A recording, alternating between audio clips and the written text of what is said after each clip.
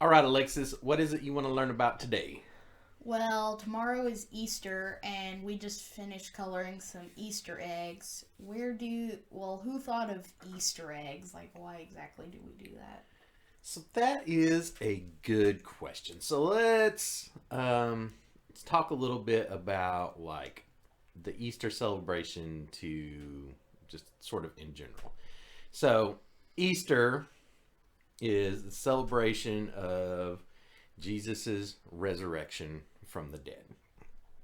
And the time period is around the Jewish holiday of Passover. So you have heard of Passover before, right? Yeah, So what is Passover? Passover. It was during the Passover, like the angel of death is what they called it when they painted the blood on the doors. That was the That is correct. So Passover is the celebration of when the people of Israel were held captive in Egypt.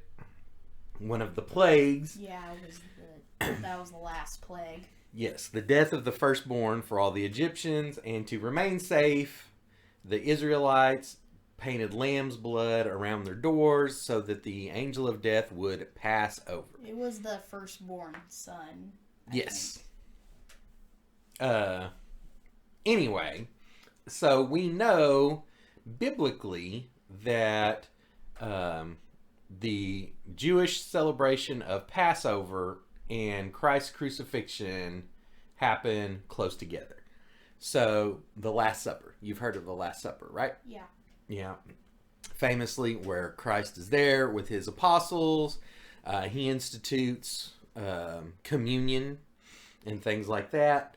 And it's before he's going to go be crucified. That meal was a Passover Seder, which is sort of like a special kind of feast with imagery and stuff. What? So you've actually had a Passover Seder before. Do you remember doing that? Yeah, Justin's family. Yes. So you remember the bitter herbs? Yes. I, The horseradish? Awful. the Yes. horseradish was so bad. Yes. So the time of year we know because it's based off of a similar calendar to Passover. Now, the Council of Nicaea, that whenever they made up the rules, so that's an ancient council, they sort of got together and they tried to decide on like these are the things that are Christian and sort of like set up, I mean, I guess they kind of set up rules. Like these are the things that we like want to agree on and have like some formal discussion about things, right? And that's when they canonized certain books of the Bible. Like we know that these letters were written by certain people. We have an idea of when they were written and who they were written by, and they are credible authors. And so these books are going to go into what what became the Bible. They determined the canon of the religions. Kind of. And then so other stuff they're just like we don't really know who honestly wrote this. The time period may be messed up or it's just not authoritative. And so these letters, we're not going to consider them real because that was a thing. People were just start writing stuff. All right. One of the other things they did is when they were establishing this or sort of codifying what Easter should be, because it was a thing that people were already sort of celebrating. They said it should be separate from the Jewish calendar, That and so they makes sense, though. well, Well, I don't know about like the Jewish calendar, but I guess it kind of makes sense. and so they sort of like talked about the calculations for when Easter was, and so it was near Passover, but they tried to separate it from the Jewish calendar, but it's always around that time. But that's sort of important. So the tradition of Easter eggs specifically. Easter eggs. So let's do Mesopotamia map. Oh yeah. So this is the region of the world where Judaism and Christianity flourished, and Islam and some other religions as well. So this area, A shaded green area. yeah, Mesopotamia is traditionally defined by the borders of the Tigris and the Euphrates rivers, which are these rivers going down through here. But the wider area is where the history of Easter eggs sort of begins. Now, this is based on the work of some historians. And history, it's kind of funky, especially whenever we start going back and we try and look at different different sources. Sometimes people are writing things that aren't necessarily completely reliable. It's always a work in process. But the bulk of the historians who have looked at Easter and Easter traditions say that the tradition of Easter eggs started in early Mesopotamia and they spread out from there. And so let's see if we can get a bigger map, because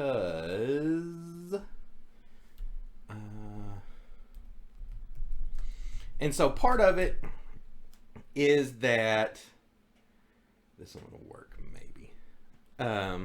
So the tradition of decorating eggs is actually pretty common in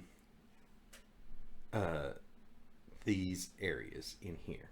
So they have evidence of the Persians, which come from like around here, decorating eggs for different celebrations, and in places, I think they were saying like in Lower Egypt, they did ostrich eggs. They like did big eggs. That's awesome. So decorating eggs was a cultural tradition in that area. That's cool. Part of it also is, so let's Is see. it interesting that we're talking about eggs and we're searching on DuckDuckGo? That is interesting. So let's see if we can get a picture of the meal. Okay, so this is important. So this is part of the plate for a Passover Seder. They What? just had an egg there? They have an egg. That is one of the things. And if I remember correctly, I'm probably wrong, it is part of its symbolism is sacrifice. Maybe. So there is the egg. And so and then this is egg. yeah. These are bitter herbs right here. No, wait. This is the sweet stuff. Oh, good. I think that's the bitter herb. Horseradish. Yeah. This is like a piece of lamb, I think. The sweet, I don't remember what it's called. The sweet stuff was good, but the horseradish, don't eat horseradish. Yeah, It's and so this up gross. here is unleavened bread. Yeah. And there was a special piece of unleavened bread called afikomen. Afikomen. I think so. It's an interesting name for a cracker. Well, it's not a cracker, it's unleavened bread. Silly. It looks like. Well, in this case, it is probably an actual cracker. It's a matzos cracker. All right. But it's unleavened bread. Okay. I'm just And- joking around. So, early Christians, a lot of them were Jews, of course, because that is, Jesus was a Jew, and that's Yeah. where his people came from.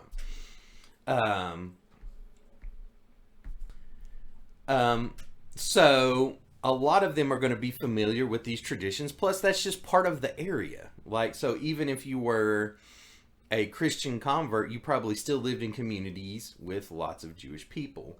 And so this egg, if I remember correctly, isn't just an egg, it's a boiled egg.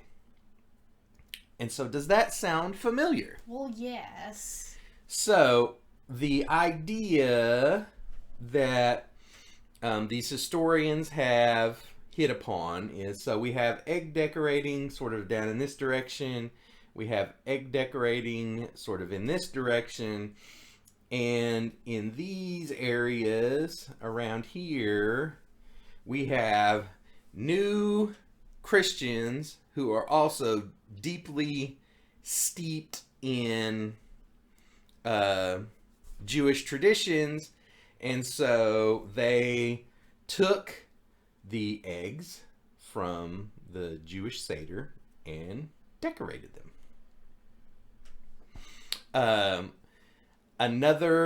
So this is where things start diving into theory. They know that the egg decorating showed up a long time ago, and they think that this is where those traditions come from. Like, there's no definitive proof of like who actually started decorating eggs or why. Fun. One of the other traditions. So, do you remember what one of the things they did with the afikomen was for the Passover Seder? Is it the thing with the pillow, or about it's like the oldest kid yelling out the door? So they would hide it, and the kids were supposed to find it.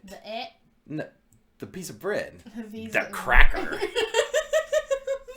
The afikomen. I don't want to like offend anybody, but it looked like a cracker. It does look picture. like yeah. Don't worry about being offensive. That's what I do. So yes, they would hide it in the house, and the kids were going to go find it. Does that sound like any tradition that you know of? Yes. Yes, it sounds a lot like hiding Easter eggs, and so that's the theory for where it came from, because they know that in Constantinople. So, have you ever heard of Constantinople before? No. Okay, Constantinople. So was the capital of the Byzantine Empire. The Byzantine Empire was the Eastern Empire that was left after the Roman Empire split in two. Oh gosh. And its capital was this place called Constantinople. Constantinople? Yes, named after this guy named Constantine. Oh. Have you heard of Constantine? I've heard the name before. So, Constantine was the Roman emperor that basically made it legal to be a Christian. Oh. And he was a Christian convert. And so that's when Christianity sort of went from being a place where you were in hiding and you had to have like the Ixis, the little fish symbol to mark out where your meetings were because it was secret code, to being they were allowed to build temples. They were allowed to sort of be publicly Christian. Constantine made all religions equal, and he made Christianity legal. And so now Christianity, like I said, the people could be openly Christian. They could openly worship. They could build temples right next to the temples of the Roman gods and things like that. And it was all okay. And beforehand, it wasn't. A lot of times they were persecuted. And so in Constantinople, there's evidence of Christians close to around the time of Passover celebrating. They didn't call it Easter. Easter's sort of a name that comes later. Celebrating the resurrection of Christ by painting eggs and decorating eggs. You know one form of egg decoration? What's that? Fabergé eggs. So that is very interesting. So I remember going to that museum with that blue egg. Yes. That one was like my favorite. So let's look at a map of Europe, because the prevailing theory of these historians is that this tradition of celebrating with painted eggs spread from Mesopotamia, the Middle East. So that's sort of this area down here, is that it spread from this area up through into here. And as if you'll notice, so this is where Fabergé eggs were super popular. That's a Russian thing. Yeah, I remember. It's also much closer to this area where the egg decorating, they think, started. But as the religion of Christianity sort of spread throughout these areas, and so it would have spread out from also a lot from Greece and Rome, because that's where, like, Paul did a lot of his ministries. As it sort of spread out through there, this tradition of painting eggs came with it. And then, so we get sort of a second iteration of the tradition. And that iteration is once it starts getting into, so later on, we get the establishment of the Catholic Church. And remember when we talked about Lent? Yeah, so there were certain things you couldn't eat during Lent. Bro, you got to eat pancakes, like, all day. It sounds awesome, though. Well, that was, like, right beforehand. Yeah, I remember, but still, that's my favorite part. One of the things you couldn't eat was... Eggs. And so... Looks like a squash. Well, I'm not an artist. So sort of the next iteration is in sort of these European areas where Catholic Church was strong, is since you couldn't eat eggs during Lent, the people would gather them up, they would boil them so they would keep throughout all of Lent. They would decorate them for Easter, and that was part of the deal, is you got to hunt Easter eggs, and you got to finally eat eggs once Easter came. Just seems like a fun thing to do when you're bored. You're like, how about we paint the eggs? Well, just because you're fasting doesn't mean you're bored. I know. I'm just joking. But, like, that's sort of part of the next evolution of the tradition, is that as part of Lent, when that became a celebration, that you would take these eggs and you would save them up, you would decorate them to celebrate the resurrection, and then you would take them all and you'd be able to eat them after Easter. It's also where they think the idea of giving treats, sort of eggish treats, started, because you would give up sweets and rich fatty foods for Lent. And so another thing you could give somebody as a gift for Easter was some kind of candy or sweet, whatever it looked like. It probably didn't look like that with a wrapper and everything. This is sort of the area and where the Western name for Easter probably came from, because peoples like around in here, I don't know if it was strictly British or if it was German too, but people like in this area had named a month, and it was like Oester or something like that. And so that's sort of where the name came from for our part, because that's the month that... Oester. Yeah. Oh, well, I don't... It's got like weird old Englishy words. I might be pronouncing it, but it's close to Easter. Mm-hmm. But the Passover took place during the month of Easter, and so it sort of became just the name for that celebration, where in more East, where you have what they call more Eastern Orthodox sort of thinking, they typically have different names for it, and it's basically different names for Passover. They're still calling it pretty close to a Passover celebration instead of Easter. But so the name comes from here. It's also where some people get confused. And if you look, people will try and tell you that it's a surviving pagan tradition. Have you ever heard of what that... So pagans were... I swear I heard this before. It's pre-Christian religions. They typically venerated nature. And so... Oh yeah, I might have heard this before. A lot of their worship, a lot of their rituals, a lot of their celebrations were about nature and the cycle of nature. And it's real common for the people who write about this stuff to take almost any traditional celebration and say, well, this is a leftover from our pagan traditions. And in this particular case, it's not. Yeah. Well, there's one guy who says that Easter eggs were like a fertility ritual, and it's possible that that also took place parallel. There's from what I've read, there's no evidence that that's very accurate, and there's actually quite a lot of evidence that these traditions started in Constantinople, surrounding Mesopotamia.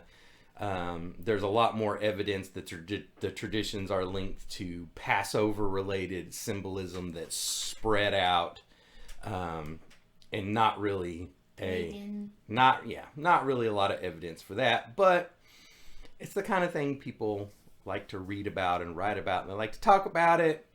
But the time of year is definitely connected to Passover. And because we know biblically that's the time of year that the crucifixion took place, and the tradition of Easter eggs, based on some good historical work, is that they started in here, based on the tradition of decorating eggs sort of being in that general region, added to the symbolism that comes from Passover. And so decorating Easter eggs sort of spread out in these directions, and we've got our traditions of decorating and hiding Easter eggs, and we got our fancy Fabergé sparkly eggs. And they had stuff in them too.